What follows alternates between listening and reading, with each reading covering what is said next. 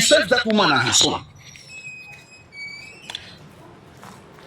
Which woman and her son, Biko? That she should come and ask him for me. That you told the woman that the woman said to just came to me and told me that she saw in one vision. You get prophetic vision. That she saw in the prophetic vision that I'm a man of God. That I should put my hand on her son's head and then the son will be healed. And then I did it. The boy now they started doing okay. Is it true? What is it true? Is it true? From the first time we met since primary school, I knew that God had called you. I just didn't know how he was going to go about it to tell you. Now he used that woman and her son.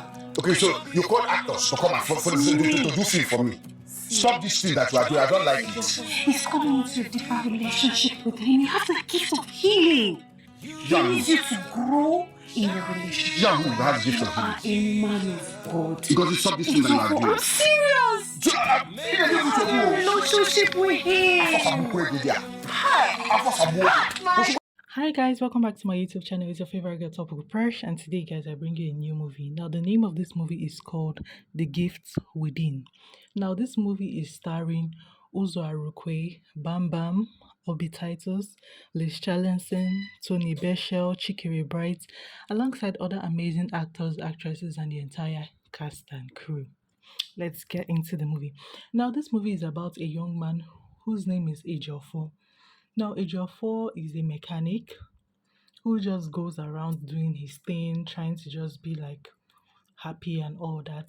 Now, Ejiofor has like a childhood friend known as Chief Emeka, who once in a while they just go out together to have fun. Now, on one of such situations where Ejiofor was out with his friend Chief, they were like having fun drinking and all that.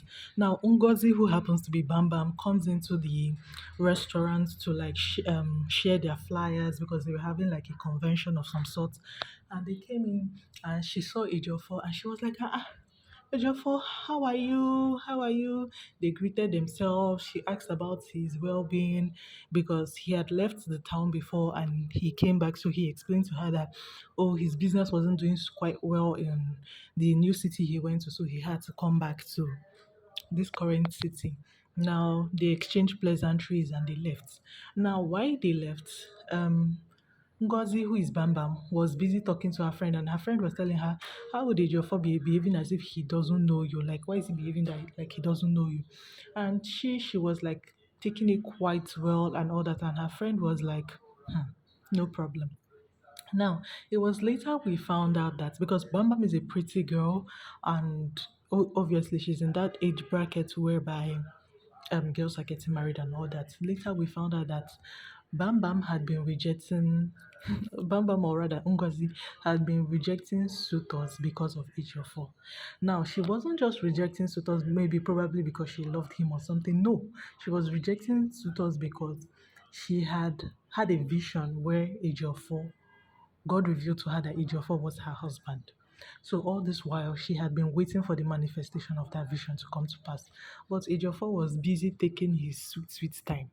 Now, when she got home, because obviously her friend too was about to get married a few months from them, she knelt down, she still prayed, asking God to like confirm to her that yes, indeed, Ejiofor was actually her husband. And while she was praying, she slept off, still had the same vision that Ejiofor was her husband. She also had visions that Ejiofor was like on the mantle preaching and all that. Now, obviously, she cannot go to Ejiofor to start telling him, oh, you are a man of God, you're on the mountain and everything, you're preaching and everything. So, what she started doing was she started I would say she started paying into his emotional bank. What I mean by that is she started coming to him more often. She started cooking and bringing for him, paying into his emotional bank. And obviously, Ejiofor was enjoying the food and everything, but at the time he was like, why is this girl doing all this? Why is this girl like trying to be so close to me and all that? And she would always tell him that no, she has no intentions, no illicit intentions towards him and everything. Now, it got to a time whereby Ejiofor would not sleep and start having dreams that he's on the pulpit, he's preaching and all that. Then he went to his friend and told his friend that, see what is going on. Or he told his friend Chief that, see what's going on. Or that he would just stay and dream that he's on the pulpit preaching and all that. That he feels as if Ngozi, who is Bam-Bam, has done something to him. Probably the food she's giving him, she has put something, she's trying to like draw him to her church and all that. So he kept on doubting. Till on a very fateful day, he was walking on the road with his friends, and a woman approached him and started begging him to like pray on her son, that her son is sick and all that. And obviously, he was like, I'm not a pastor. Which one is I should pray on your son? She kept on insisting and said she had a dream. And in that dream, they showed her him, who was a Ejiofor, that Ejiofor will be the one to pray for her son and her son will be healed. So Ejiofor didn't want to listen, but his friend was like, oh yeah, now, Abi, she said you pray, her son will be healed. Go ahead and pray. Let's see how it goes. And he just casually went to the boy, laid his hands on the boy and prayed for the boy. And the boy became well. So, but he was still doubting. He called Ngozi, who was Bam Bam, and told Ngozi that still that he knows the plan that she's doing. That it seems as if Ngozi was the one that went to bring that woman so they can lure him into their church and all that. And she kept on telling him that she had nothing to do with that. That she knows he's a man of God. That she has dreamt that he has a calling and all that. That if he still keeps on insisting that it was a plan by her, that what he should do is that he should go ahead and pray for another sick person and see what happens. He like pushed whatever she said aside. Then the next day he went to work and he saw one of his colleagues who was sick, and the person was complaining that this sickness had persisted for like a few days. And obviously, he brushed it aside. The word Ngozi told him came to his mind again. He brushed it aside and said whatever.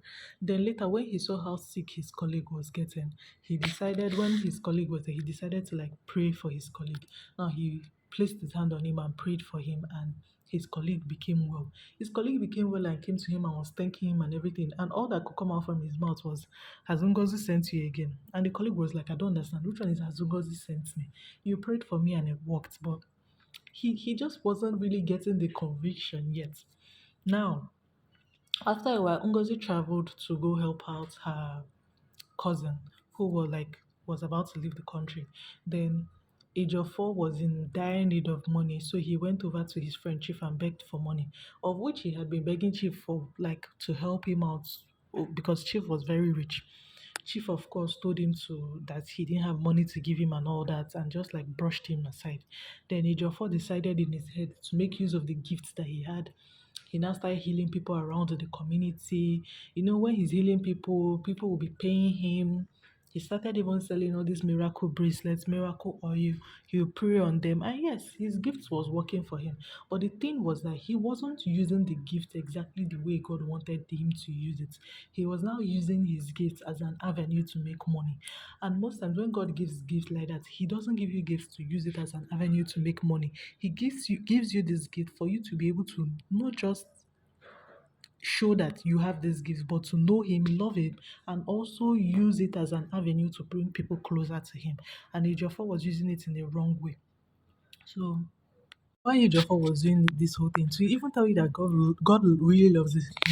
God sent a prophet to him to tell him, you were given these gifts freely. You're meant to use them freely. You're not meant to convert them to use them to get money. And Ejiofor brushed the prophet aside. But I like the fact that at the end of the day, he got to realize that his gifts were not meant to be monetized.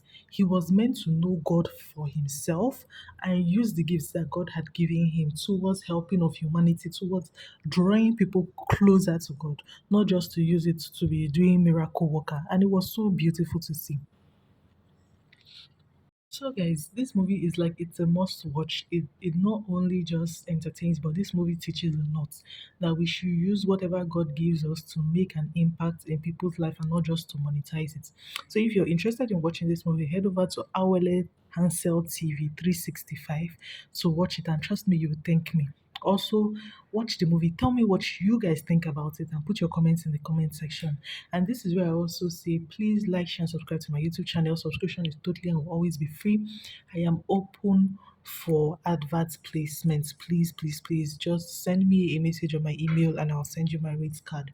My rates card are tailored to everybody, every business, no matter what sector you are in. Okay? Thank you. Bye.